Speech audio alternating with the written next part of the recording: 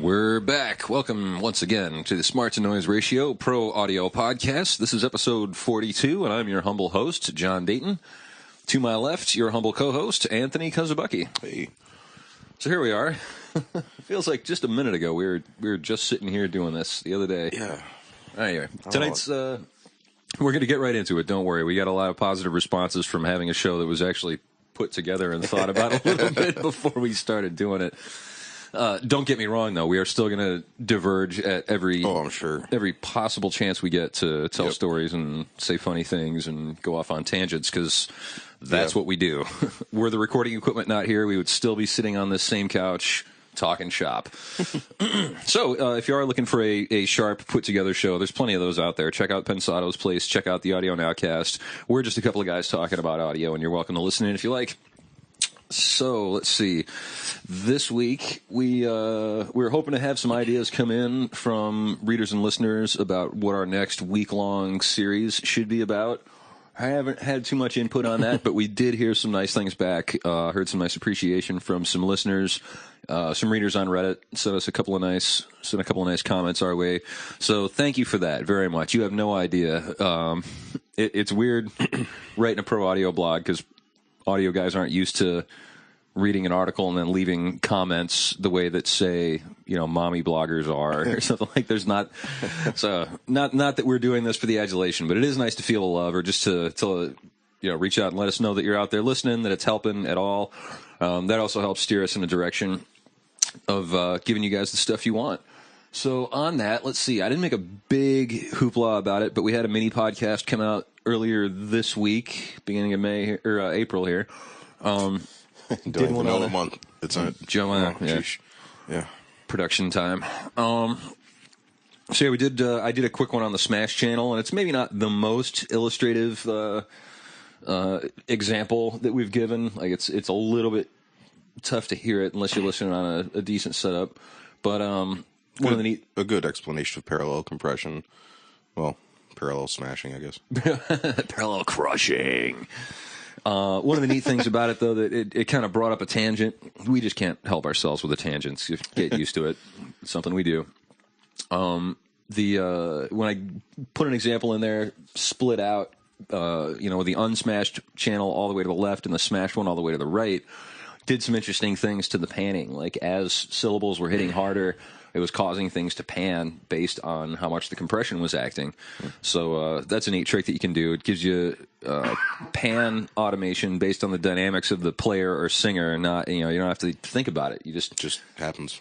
Get the same signal in there twice, either two passes of the same piece, or even the same pass with two different mics, or just double the pass, EQ it differently, and the key is compressing it differently, and then pan them a little or a lot to either side, and as they lay into it or hold back with their playing, that compressor will cause it to fly around in the mix. Truth. We're both a little tired. We just came from a rather intense production meeting that we won't get into the details of, but yeah. Yeah, it was good. It was good.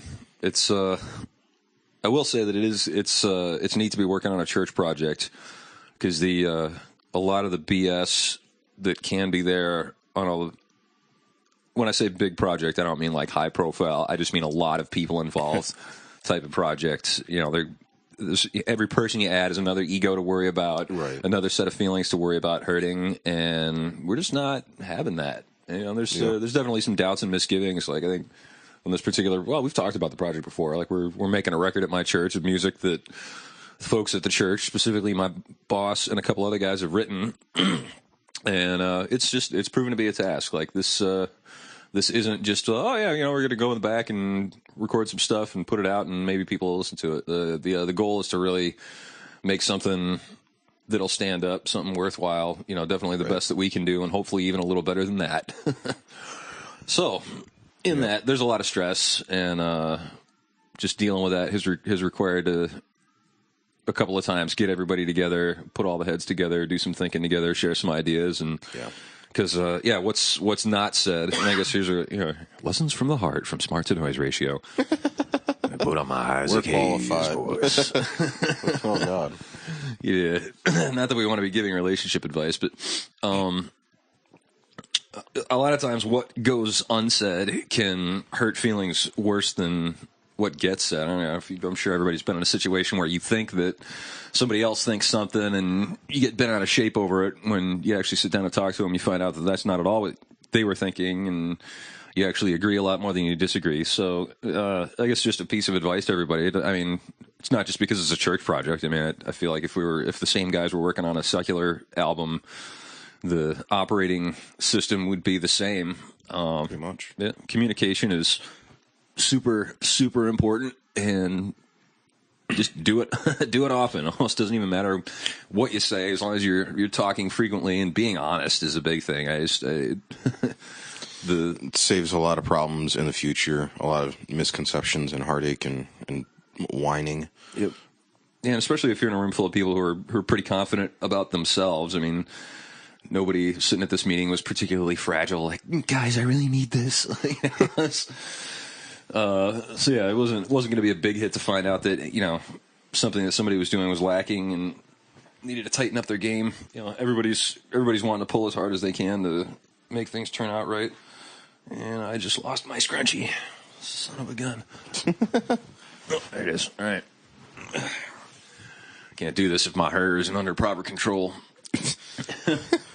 Oh, other thing. Yeah, sorry. Now, there's your first sidetrack, kids. Hope you like that. Communication. I'm not even going to... There is no takeaway from that. I'm not in a mental position to be able to sum that up. This is actually about as near as we're going to get to a 1-year anniversary podcast. So it's not it should be the 52nd or 53rd podcast, but so what, 42 out of 52 ain't bad considering how busy our lives are. We managed to get together and do this every week, so that's pretty satifying. Whether anybody listens to it or not, it's nice to set out a goal and. Because let's face it, none of us are going to jog or lift weights regularly. Move road cases. Doing something, setting a goal and working toward it. Yeah. So there's that. We've been doing this for a year. A few people listen. I should have looked at the statistics a little bit. It's definitely growing, though. Not fast, but I have a feeling these things are sort of like a hockey stick curve that it progresses very, very slowly, and then you hit critical mass and it jumps vertically. The blog did that initially. So maybe once we actually get a polished presentation together and get some sponsors, that's when we'll just keep will... airing last week's. Yeah, last week's did seem to go well. Yeah, maybe that's what we'll do. Weeks that we can't make it, we'll put a little star next to those episodes. Don't start mixing that project again. I'm going to need you to talk here in a minute. That's all right. Keep going. Anthony's all out to trot to get stuff mixed. Okay, so yeah, we've been doing this for a year. That was pretty much all I had to say right there. Thank you very much. About the topic, gain structure. Get some. Thank you. Good night. Yeah, that's it. I mean, my issue with it is that I've had so many awful encounters with very poor gain structure that I'm nothing but jaded about it. I know how it works. I don't have a problem with how it works. I understand that, but sometimes getting other people to understand why you're doing something the way you're doing it is a little bit rough. Not everybody. There's voltage involved. It's not just it's not just setting stuff the right way. Like, you actually have to know how much power you're putting into something before you can just let it go. Do you actually do the math ever? It just happens. I'm saying. Well, after you do it for a while, you kind of like your speakers. You're right. It's like anything. Like you don't ask Gordon Ramsay exactly how many teaspoons of something he puts in there. He just does it, and it works. And I'm not equating myself to Gordon Ramsay of sound, but you know how stuff should be working. Like you set your master at 0, and then you start working and getting sounds. I don't know. It's always interesting to come into work and see what's happened, and how things have changed, and why there's so much more voltage going into my master bus than there ever should be. But everything else is pulled down to like -40. That's a perfect example. My own term for that, I don't know if it's a proper term or anything, is upside down gain structure. When all the trims are cranked and the mains are down 40 dB. You might want to check your mustache, as my brother would say. If you smell rancid butter and use the only one, you better check your mustache. That's the thing. It operates on the idea of an open circuit, right? So you're setting your master at 0. That's a wide open circuit, essentially, for you to drive everything through. If you say you have a V8 engine, but you're only feeding 4 of the cylinders, like that's kind of the operation. You're not giving your full potential. Right. Well, unity gain is what you're after. Right. For those of you not familiar, unity gain there's a few different ways to describe it, and you can describe it mathematically or with voltages, or it's when Rick James starts singing that song. It's what happens when you get it all set. He just busts out into unity, and there you go. That's how it works. So output equal to 1.22 volts on a line level. Saying it anyway. I don't want to digress too far, but look who's getting caught up on numbers now.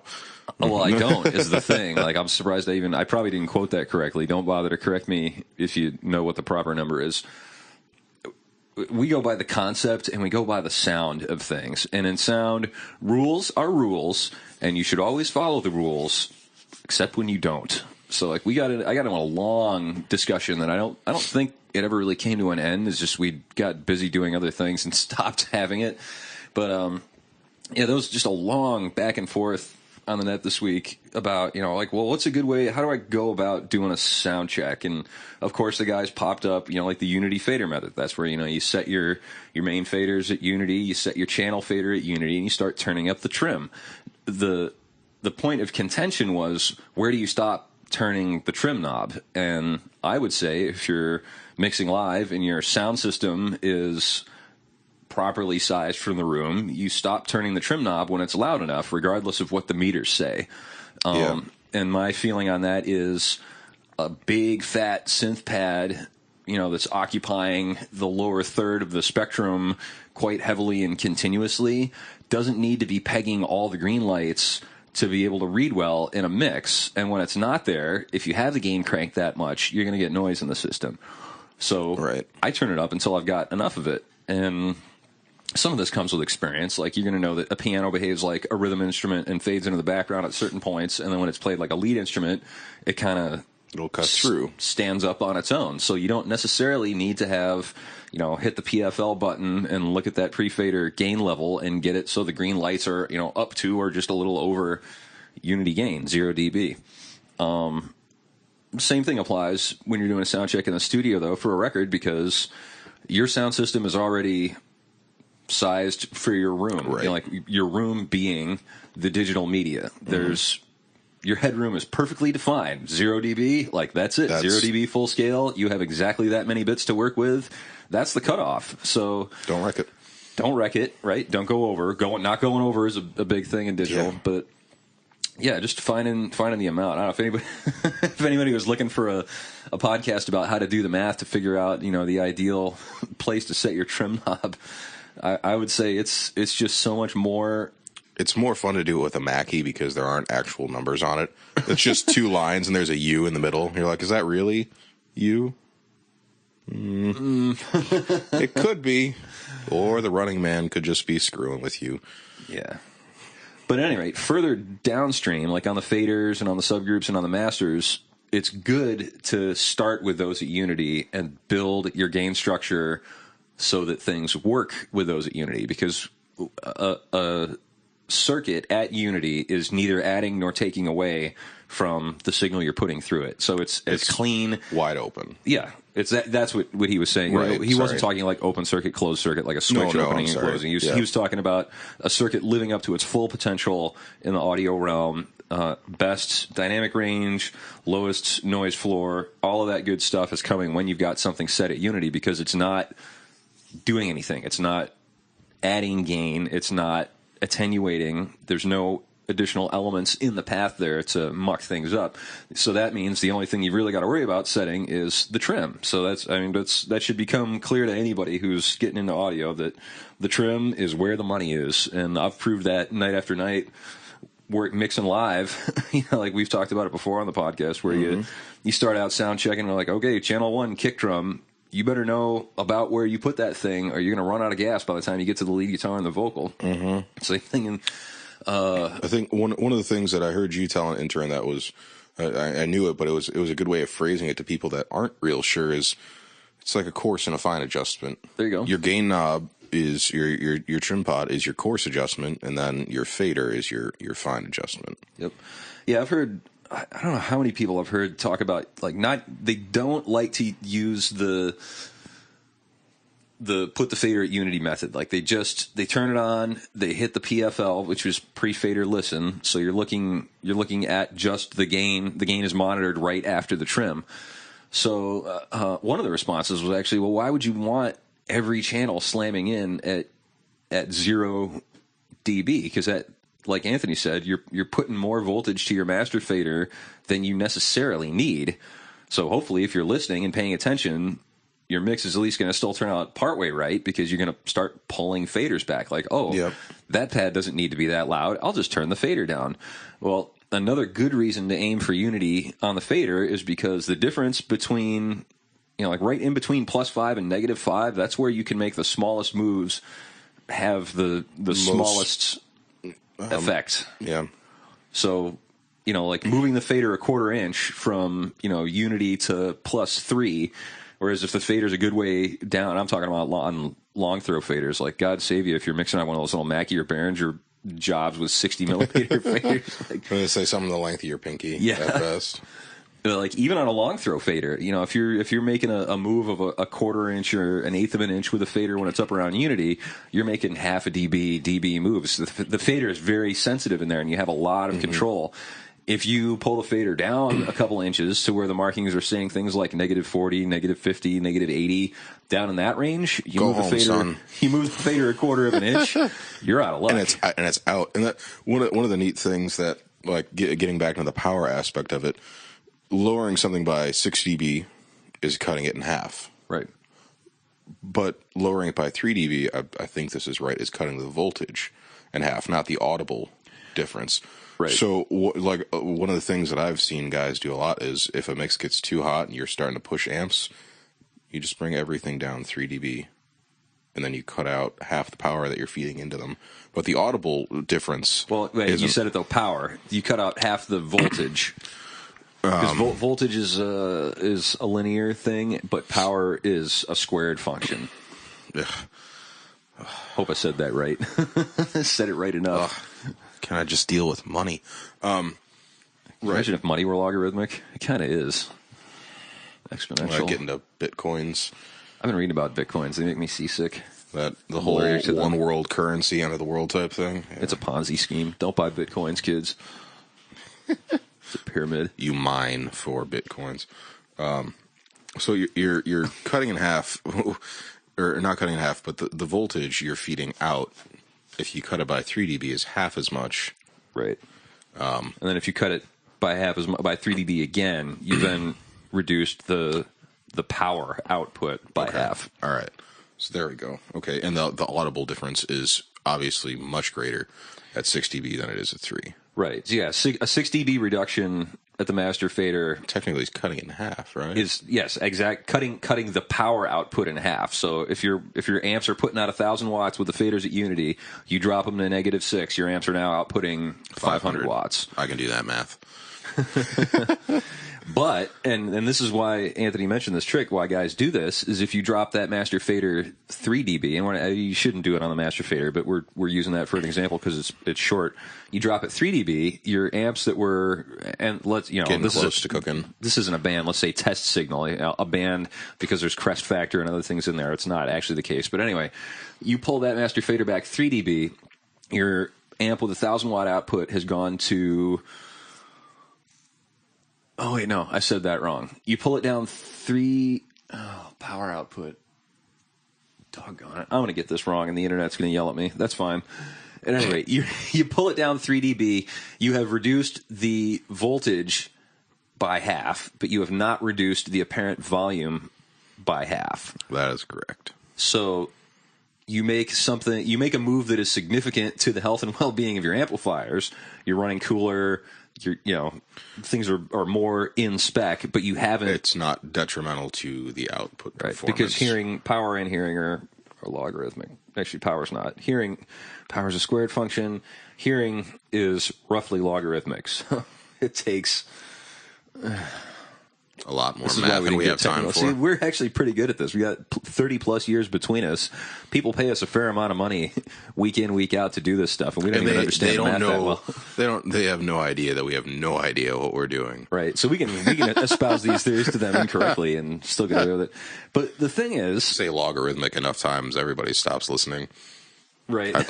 Even if they're watching you get it wrong, it's like, no, wait, I didn't say that right. It's not. Yeah, power is a squared function, and the hearing's logarithmic. Anyway, you include them. You're like, you know what I mean, right? Yeah. Oh yeah, I know what you mean. Totally. But the reason we said all that is it's just not that important to know all the math. I mean, I guess like if you're the guy going out there to do the art, if you're designing it, if you're the system engineer, sure, pull out your calculator and run the calculations. If you're the guy mixing it, I don't want you doing math. If you're working for my band, I don't want you doing math to decide how my band's going to sound. I want you listening. I want you setting up the gain structure so that the system is as quiet as possible and so that everything gets out that needs to get out. And I want you to make decisions with your ears. And minimum voltage and maximum illusion. You didn't see the NDA that you're supposed to sign on the first page of that? I've got one firstborn. I got that, I guess. Is that worth 6 cases of books? Sorry, we try not to do inside jokes here. That's we both read a book, which is why Anthony's using the term voltage so much. We both read Mixing with Your Mind last week and the week before. And it's a big concept, is that you want to do as much as you possibly can with as little, because the more voltage that you add through things, the more noisy stuff gets. So the way you can better clean things up and use less voltage, the cleaner signal path you'll have, the more output that you'll have without ruining your amps or frying other components and all sorts of things. And that's the thing. Like it's one more argument in my mind against the just starting speakers on fire at clubs that you've never been to before. Done that. At least they were yours. They weren't, though. I had sold them at the time. Did he pay you for them? Somewhat. Oh, okay. Well, he can have the cone that's blown. Thing is, he reconed them with heavier duty stuff, and they caught on fire again. So it was not the gear; it was the treatment. But at any rate, the whole like just press the PFL, dial it up until the green light next to the 0 is on. I mean, if that's where it needs to be, that's fine. And even if it needs to be hotter than that, that's fine. But my experience has been, if I've got 30 or 40 channels up on a large format console, not every one of those channels needs to be spike in the green. Like, sure, the vocals do, because there's a lot of dynamic range in vocals, and I try to preserve that. So I'll let it go up until even the yellow lights are coming on, and maybe even sometimes the reds, depending on the console. Definitely on a Yamaha. Not on a Yamaha, definitely. No, because Yamahas start to break up at negative 18.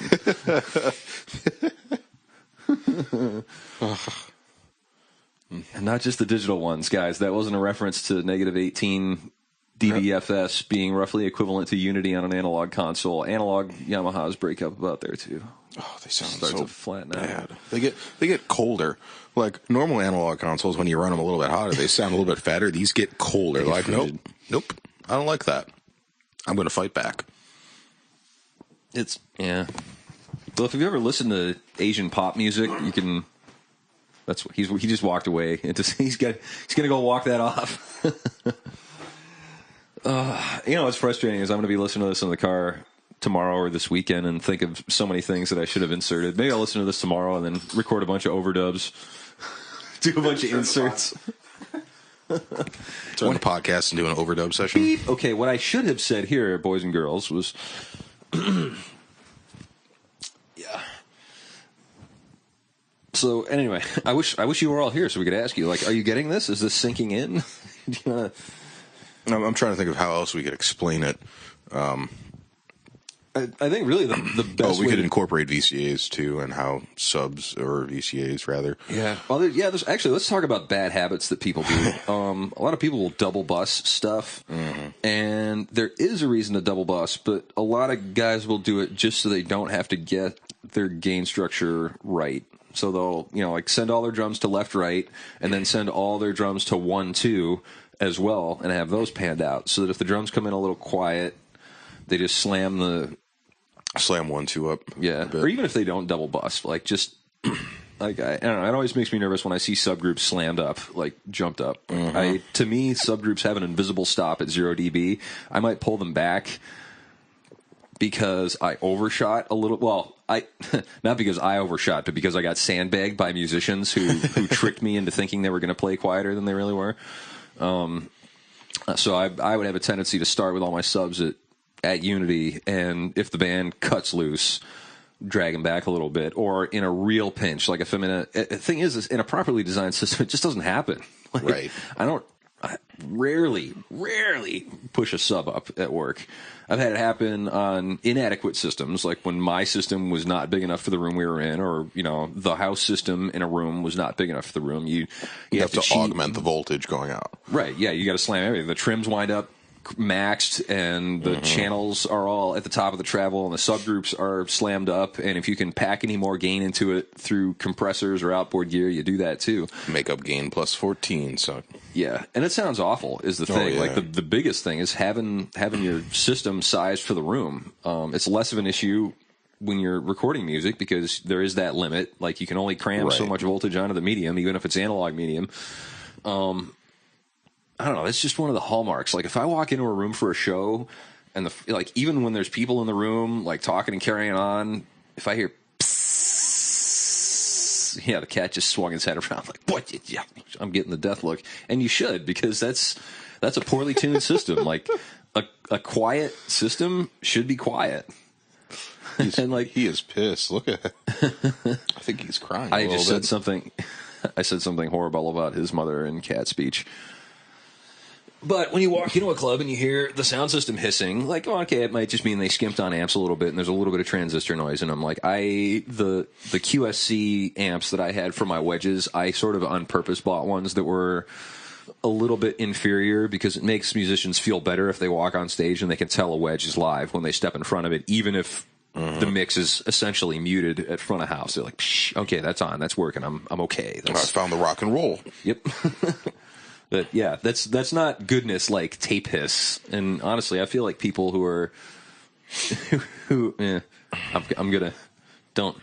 I'll show myself out after I say this, okay? But no, I say this about all the time. Like, okay, tape's great, like, because it provides noise at low levels, it provides compression at high levels, and it makes some nice harmonics happen in the low end.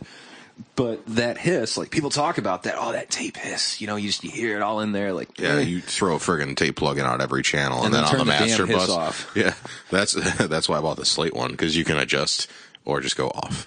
Yeah, because that's not all that is covering up stuff that you should have gotten right. That's why they didn't use Pro Tools in the '60s. Yeah, because they couldn't get it right back then. Clearly, we're about to diverge on a whole tangent about playing the music right. At first, I was real happy. I was like, "Oh, sweet, it's got some tape hiss."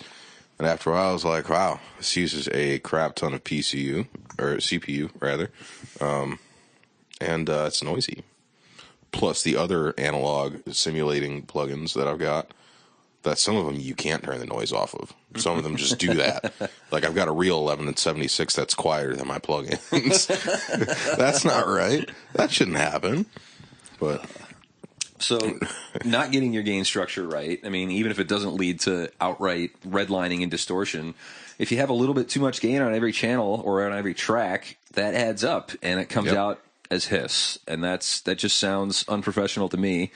And I don't know how much of a psychoacoustic effect it really has on John Q. Public that's just going out to a show. It probably is already hammered when he comes through the door. Oh, yeah. A lot of people, like when I was growing up, you're like, you walk into a place and you hear the buzz in the system or the hiss or whatever. You're like, oh, sweet, it's going to be a kick-in show. Not, what the hell are they doing here? Like, you're running a right, but there's a difference between, like, walking in a room where there's a well-tuned PA system where you hear that little bit of psst, like, that little bit of hiss in there. But, like, when you walk in and the pole speakers are both going... Yeah. Oh, plus the ground loop problem, yeah. Yeah. Whatever. It just kept making noise, so I just pulled the plug, right? It's a twist lock, so I think I pulled the ground. I don't know. So, yeah, it's... smooth. Try my brand, full flavor, creamy. It's worth doing to get noise out. It's worth getting it right to be able to mix in the fat of the fader, to be able to mix in that sweet spot right around unity, and to not cook your stuff. Yeah, like it's not a whole lot of voltage you're sending it, but that all adds up. You know, at the end of the night, if you're driving, kicking bass real hard, you better have an amp that can keep up with that. Yep. Yeah, and again with sound systems, we keep saying it over and over again. Like, make sure the system's sized to your room, and then we're into the classic thing. Like, anymore, there's just not money to invest. Like, I got one today. Actually, I got a request. Like, all right, we have this small theater. We need a mixer that can handle 12 wireless mics plus some playback plus this plus that, and we need 2 speakers into each of 3 seating areas, and amps and cables and whatever, and then we need a CD player, and then we need this. Like. Okay, what's your budget? $1,200. I almost hung up on the guy. I managed to get him a list of everything he needs for $2,200, but it's there's some stuff like you just can't. I put something on Twitter the other day, and it just said there are only so many cost and time effective solutions that you can string together before everything just starts falling apart. Like that's the place where I'm at right now at work. So many things have been just strung together by a shoestring and hoping for the best for such a long time. Everything is crapping. Like in the last month, I lost a dimmer rack. I lost 2 power amps. I lost a set of side fills because whoever put them in thought that, oh, well, these speakers can handle 150 watts. Let's run 850 into them and hope for the best. Like, I've got $6,000 worth of repairs that I need to get done for like $1,200. Yep. So that's why I had a post up the other day. The poor man pays twice. Yep. That's the poor planner pays twice. I mean, when you cob together a half-ass solution because you got to have something working, then chances are it's going to wind up being your permanent solution. You're not ever going to get around to buying the good one, getting the proper replacement. Because it's working fine right now, and you already spent that money. Yep. But if you had done it right in the first place, or after you blew up your first one, replaced it with a better choice, something that's properly sized. Yep. But we digress from digressing. I got to figure out my side fills. Good luck with that. You can drive around, follow audio rental trucks around and see if anything falls off. Yes. Falls off. Correct. Falls off. Don't mind those big giant red pliers that I've got in the back of my car. Is that what my bolt cutters are? I got my own now. Can I have mine back? They still say BNB sound on them, but they're mine. Hey, we didn't work that out in the agreement. Came free with Joe. Joint custody my ass. All right. We're resorting to inside jokes again, and we tried to go down the route of gain structure further down the console and into the subgroups. How much did we cover with the VCAs? VCAs they're performing the same function. They just go about it a different way. Like +5 on a VCA is the same as +5 on a group. You're just not adding any additional audio processing. It's still 5 dB of gain. It's just by remote control. Oh, also, I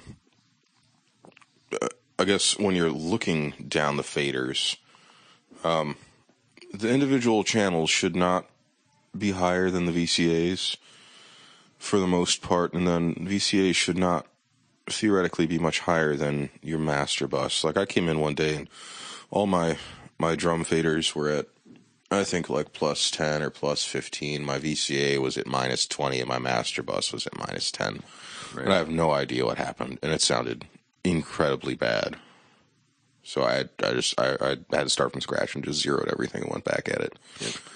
Now I break the rules a little bit where I am because of my monitoring situation. I've got some people who really, for one reason or another, either like because it's just the way they're wired and they need a lot of themselves to be able to hear in the middle of the cyclone, or they just have bad hearing, damaged hearing, what have you. I have about a dozen of the inputs on my console just need to be piping hot in order for me to be able to turn up an aux send enough for people to be able to hear themselves in their monitor mix.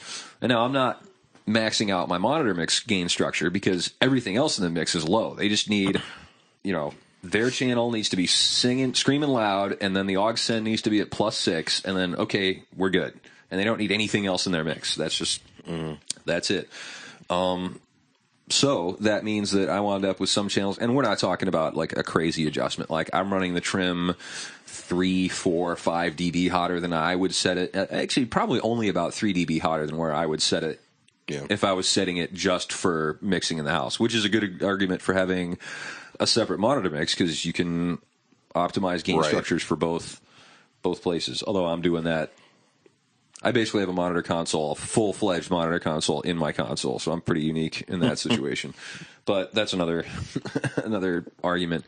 But anyway, what that leads me to, and I actually wrote about this on the blog, I can't remember now, it was 3-4 months ago, and I had said I was going to actually do some experiments, but then I didn't because stuff breaks and I have to go fix it. But as a result, none of my faders... it's really rare for me to push a channel fader above unity, and it's really rare for me to push a VCA or a group fader above unity. And I feel like things run quiet. Like there's not, it has to be dead quiet in my room for you to hear any system hiss. Yeah. And you can, like, even with the channels muted, if I push all the faders up, there's some noise there. Do that on a Mackie. It sounds like an air conditioner sound. Like, I feel like that's just all of the copper that you have running. I think that's just what it is. There aren't any highs left by the time it gets to the processing. Putting buffers on amp paths, yeah. No, but noise is broadband. White noise is broadband. You hear it in the mids, and you even hear it in the subs if you get right up on them and listen. And I feel like if all my faders were down 5 or 10 and all my trims were 5 or 10 hotter, I would have a lot more noise on my hands. Granted, it's a minus, and the pre's are pretty good, but any pre is going to... Eventually, you get noise out of it. Give it. Here, actually, don't say anything for a second. I'm going to turn Anth's channel up. That's maxed out. You hear that? I'm going to back it down. I was whispering there. I don't know if anybody's going to hear that. I can't tell if it's just noise from the room. I heard some noise, but might have been from the light bulbs. These pre's actually do get pretty noisy when you get up to like about 90% of the way on them. Yeah, and then there's no, like, you breathe the wrong way, they just go crazy. Yeah. I've had that problem. Yeah. We like the red lights. We're still grew up in the analog, redder is better era, as Dave Pensado would say. All right, outboard gear. Gain structure through outboard gear. I really don't have much else to add, although if the outboard gear you're going to is dynamic processing, you need to watch that even more carefully because that makeup, makeup gain is an evil beast because it's gain. Sometimes even for me, it's go-to gain. Like I just cannot get enough out of this. Well, shoot it out to a compressor, raise the makeup gain. It's ugly gain, but it's gain. It'll get you there. Yeah, there are definitely times that I use it. It's what it ends up being for me is to not affect a whole lot of people's monitor mixes. Running it out as an insert, and I haven't gotten complaints from anyone yet, but at our place we've got 2 or 3 actual leaders singing, so they'll split off who's leading a song or split off by parts, and then we got 4 section leaders, and then we got group background vocals too. But at the same time, if someone just decides they're going to come up and work on, or they're doing a special or something like that, and they grab somebody else's mic, I know where the makeup gain is set. Normally for this guy, it's set at 0. I turn that up or down. No one else is affected. I don't have to go and rebalance the channel after. It's a quick fix for that. Oh, wait, so your inserts are post-monitor takeoff? Or your monitors are pre-insert? Yes. That's nice. Mine aren't. Well, there's a switch. You can do it fixed or variable. So, and only the first 8 are like that, not all 16. Yamahas are freaking weird. Yeah. Yep. I got nothing else on that. It's a piece of garbage desk. If they would have spent like $2,000 more, they could have got a smaller Midas that we would have actually used and would have sounded good. And did you see SSL came out with a live digital desk? Yeah. Yeah. If API had done the same thing this week, Anthony would be dancing naked in the streets. Yeah, sure. I'll go and cough up $300,000 for one of those. Yeah, let's lay off everyone on staff and hope that people keep showing up on Sundays and giving money and buy one of those in 5 years. Yeah, we can do that. Oh, Anthony had the greatest line in this meeting. What was it? Somebody, one of the drummers pulled off like basically the drum fill from In the Air Tonight during a pretty heartfelt moment of the service.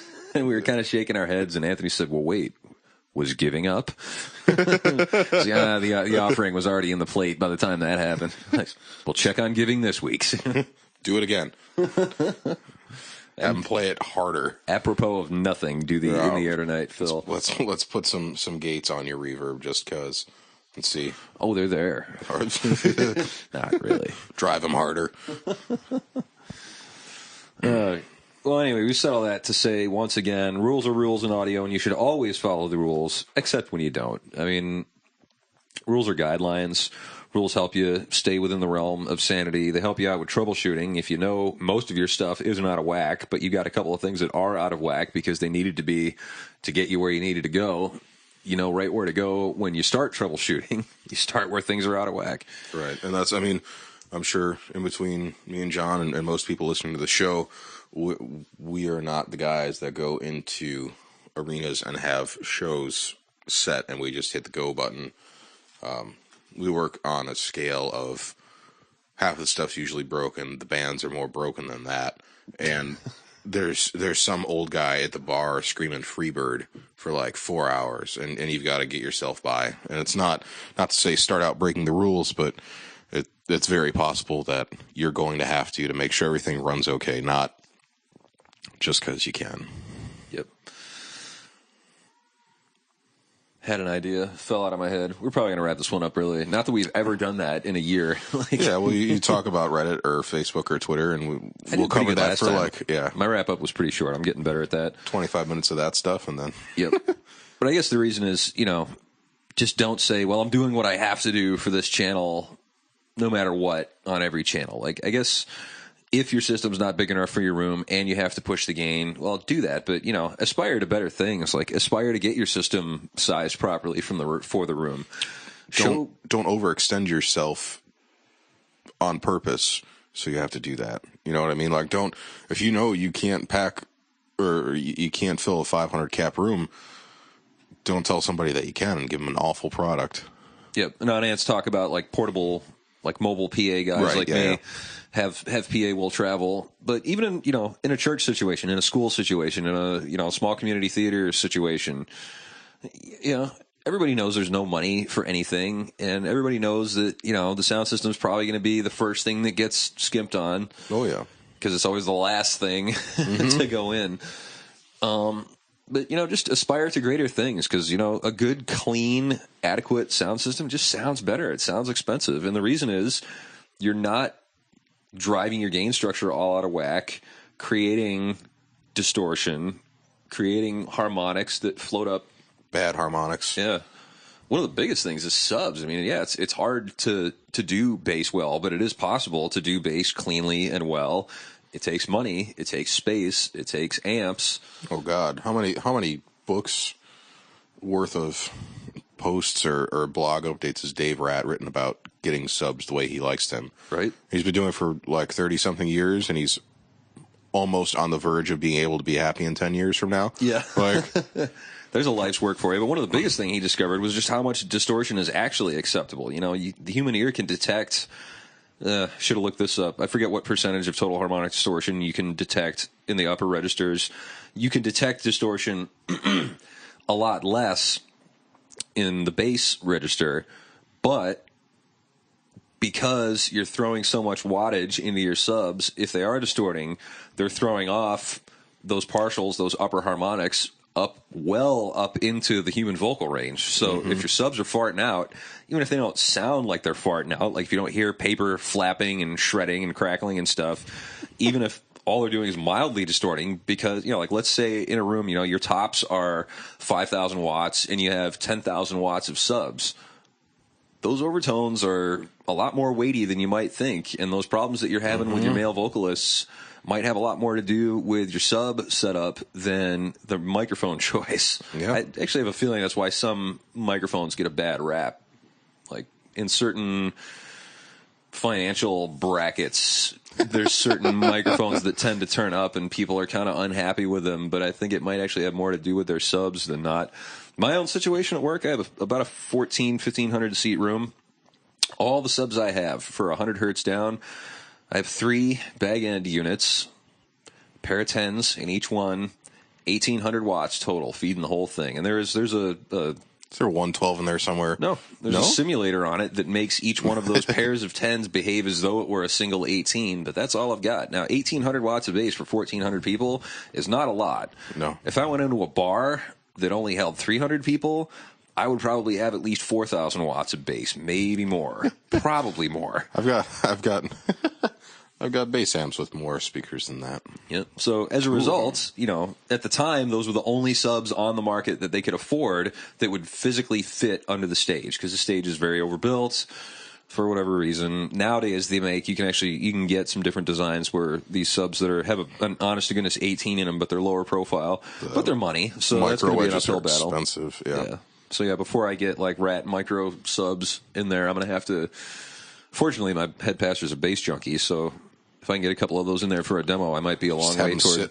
Watch them sit down on the stage. Like, yeah, okay, here's what it sounds like when I flog 6 10s to within an inch of their life and drive everything into the red to make there be kick drum and bass guitar in the room on Sunday. Now here's what 6 18s with 5,000 watts going through them and the red light's not on the amp sound like. And the chariot of fire comes down and picks up Greg McLean and he disappears forever. Swing low. Yeah. So, yeah, once again, wow, that actually wound up being about gain structure, too. Think about that. Distortion sounds bad, except when it sounds good. It's like it was one of those. Yeah, it's a very different staging from digital distortion. Just sounds bad. It doesn't. Yeah, there's no sound excuse good for a digital over ever. No, just don't. Because you're brick walling something to make it clip, as where with analog stuff, because it's a sine wave and it's not little bits, you can gradually sink into that. And that's why John's desk sounds good when he drives the piss out of it. My desk isn't a digital, but I bet you couldn't tell. It's simulated digital. I don't think it gets worse than that. Oh, God. An analog desk with a digital heart. Yeah. Now, distortion sounds louder, even though it's actually not.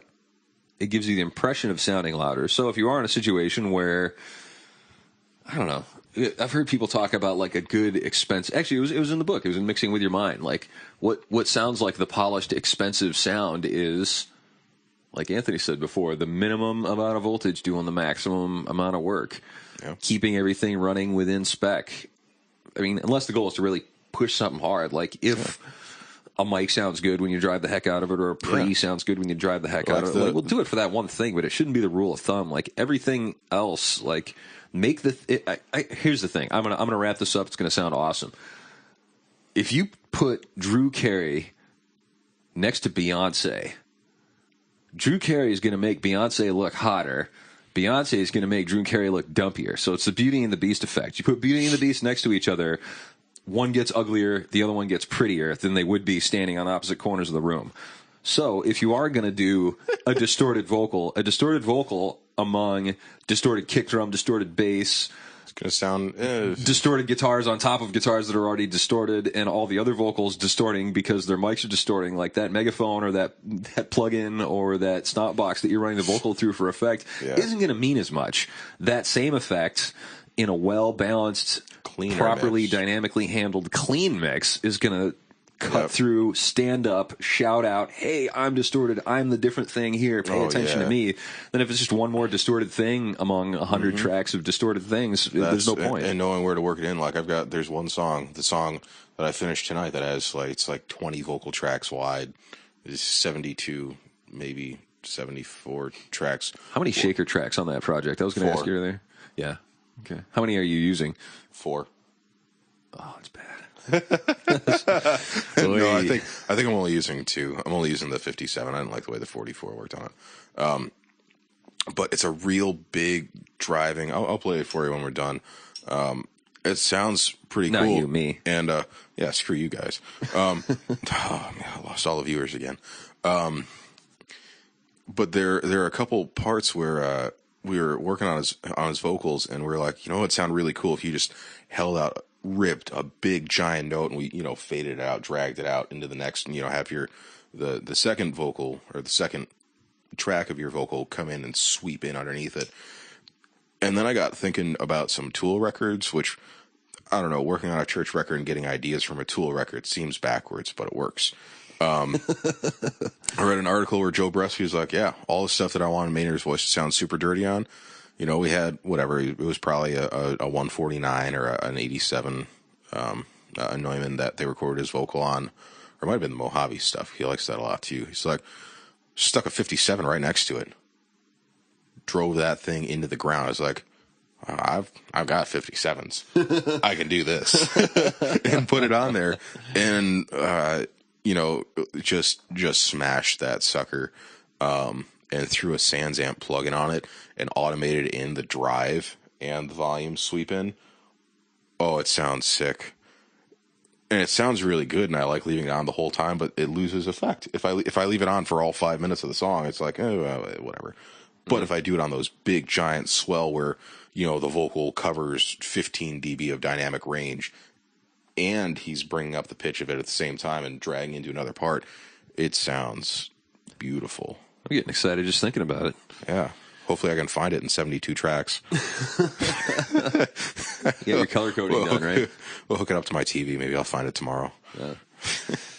All right. Well, I think it's about time to wrap this up. I think we beat this horse enough. Probably haven't beat it enough, but we're not organized enough to actually set things out in an orderly fashion. But hopefully it was useful to you. Hopefully you heard something in there that woke you up a little bit to some concepts that you need to know. New guys, sorry if that went over your heads. Get out there, do your reading. Look up those book week posts on the look up smart2noise.blogspot.com. Search book week. There's a lot of material out there. Search the web in general too. I mean, there's just so much information out there on the web, and most of it's right, or mostly right. So they can't put anything on the internet that's not true. There you go. Abraham Lincoln said that. Damn right he did. Uploaded last week. Anyway, sorry, just ran out of gas. It's been a long day. Wednesdays are a long day for us. That's true. So, all right, yeah. I just gave you the blog address. If you're a listener only and not yet a reader, by all means, swing by the blog. We'd love to have you. Drop us a line. Let us know what you think. If there's anything that we haven't covered yet, which I'm sure is a lot. We just don't know. Yeah, we've covered everything that we know about pretty well. So, in order for us to keep putting posts on now, we're relying Start talking on baseball. Oh, man. Well, me and Brandon will cover that. Don't worry about it. Fair enough. At any rate, we're having to learn stuff so that we can keep writing blog posts at this point, which is great. That's a great point to be at. What else? Yeah, that's all I got. That's it. I think we're going to call it a night. All right. Actually, for the first time in history, we're going to wrap up more than 6 minutes early. I don't think we've ever come in under an hour. Wow. So, yeah, we shorted you a little bit, but that's what you get when prudence finally succeeds and we stop talking. So, yeah, yada, yada, yada, the usual thing. Everybody on Reddit, we love you. Guys that have liked us, found us on Facebook and Twitter, thanks so much. Actually, we just hit critical mass on Twitter this week because we've gotten 12 new followers in the last 2 days. Oh, sweet. We've got 13 followers. Exactly. I know. It's like that. Forget doubling. It's through the roof. That's that hockey stick, that exponential curve that I was talking about. Which should mean tomorrow we'll have 1,028 or 29 followers on Twitter. I don't know. Yeah, our math is good today. That means now we actually got to know what we're talking about.